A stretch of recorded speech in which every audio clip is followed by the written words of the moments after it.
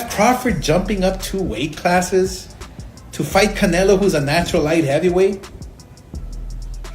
Crawford, who couldn't push back Madrimov? Life and death with Madrimov. What do you think Canelo's gonna do to him? Run him out of the ring!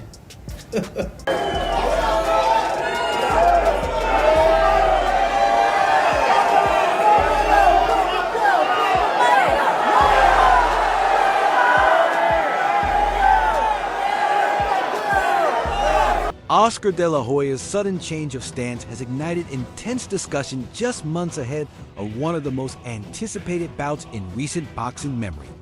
In a recent interview, De La Hoya confessed that although he initially backed Crawford to defeat Canelo, he now believes that result to be nearly impossible.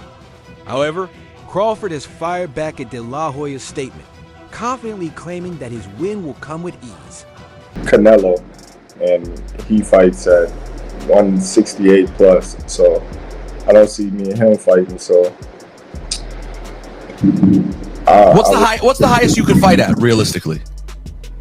I would say 154 realistic. 154. You know, So them boys get big up there. Them boys get big, and I'm not a person to, you know, to my own horn. Initially backing Terence Crawford, De La Hoya had confidently asserted that Crawford would come out on top, boldly claiming he could beat Canelo any day.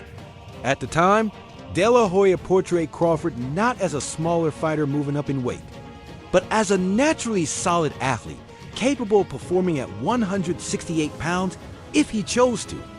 It was a clear vote of confidence in Crawford's versatility, physicality, and ring intelligence. He even echoed the old boxing saying that a good big man beats a good little man, except in this case. He argued Crawford wasn't a little man at all.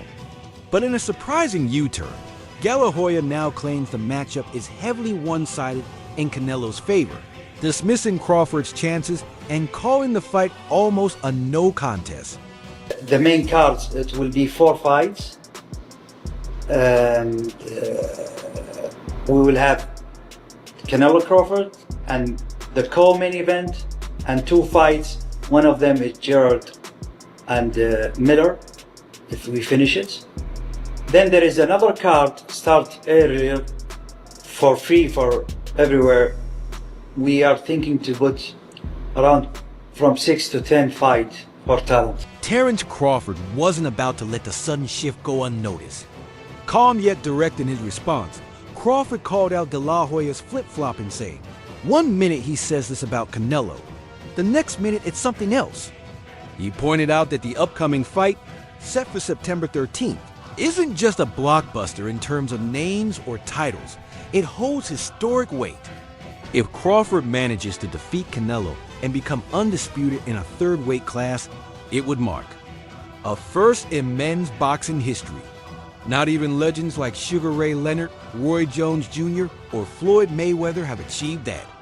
While Crawford's legacy is already secure in many circles, a win over Canelo would elevate him into rare territory, placing him among the sport's all-time greats.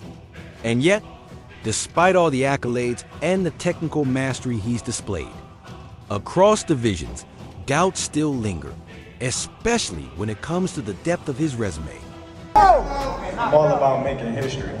I was the first 2-time undisputed champion of the world. I'm not gonna show you first 3-time undisputed champion.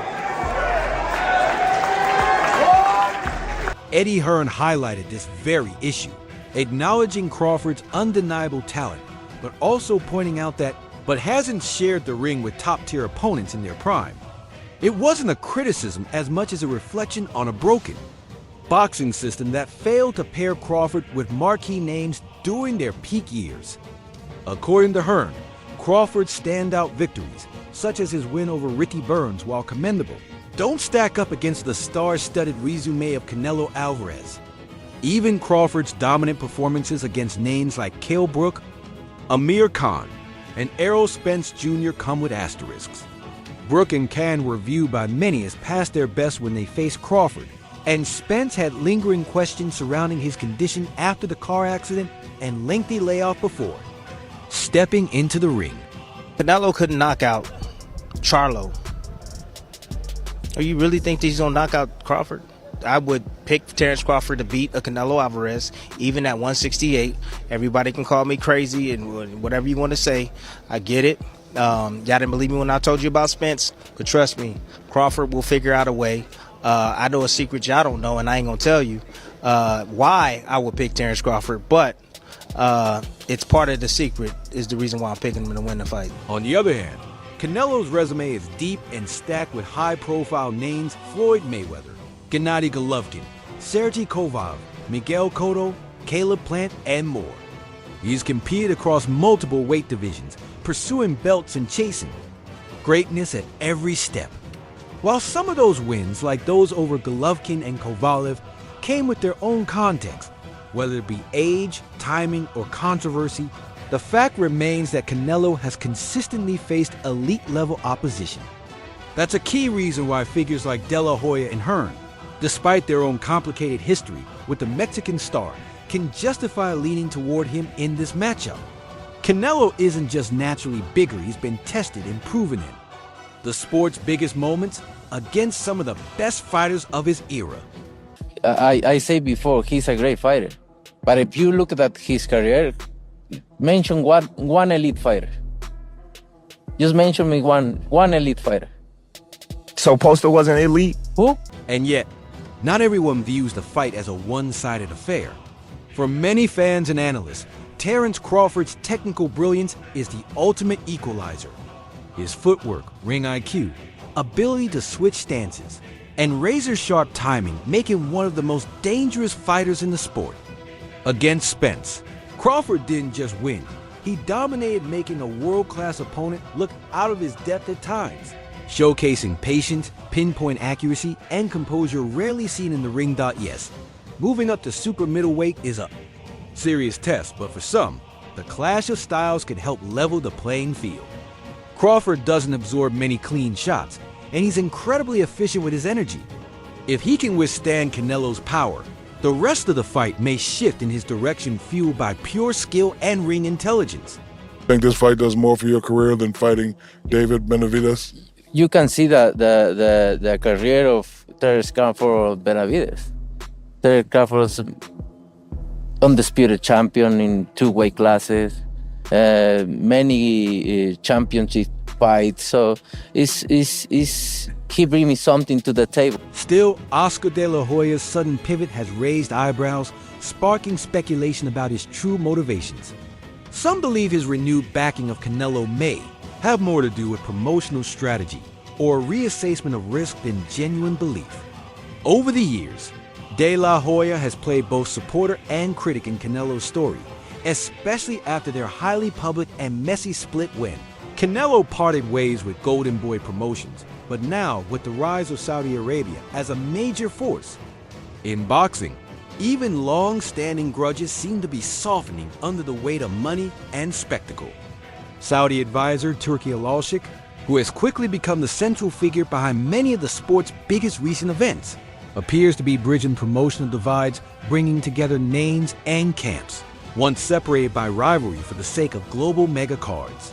Is there a champion? I'm going to fight another elite There is fighter a champions, in good fighters, but elite fighters is different. So, Wait. So I'm going to fight an elite fighter in September. Yeah, okay. Then we're going to find out. Then we're going to find out. And don't get me wrong, you're a great fighter. I know I'm great. You're a great fighter, but are you going to find out? I hope your uncle Turki Al-Sheikh pay you enough money, because it's going to be the last. That's for sure. It may be. Maybe. I hope he pay you enough. But you know, after fighters fight me, they never the same, so. Al-Sheikh's involvement in bringing the Canelo versus Crawford showdown to life is significant. Reports say he met with Crawford personally before the official announcement, during which Crawford disclosed that this could be his final fight. That revelation adds a deep emotional layer to the event. The idea that the undefeated champion may be stepping away from the sport after this bout. Notably, Crawford didn't push for a rematch clause, and it remains unclear if Canelo's side required one. That kind of finality suggests Crawford is approaching this as the defining moment of his legacy. an all-or-nothing chapter that could either crown his career or end in heartbreak.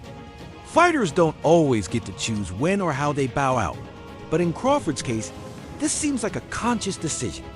Walking away at the top, with history made, would be the perfect ending to a career that's long been underappreciated and shaped by the politics of the sport.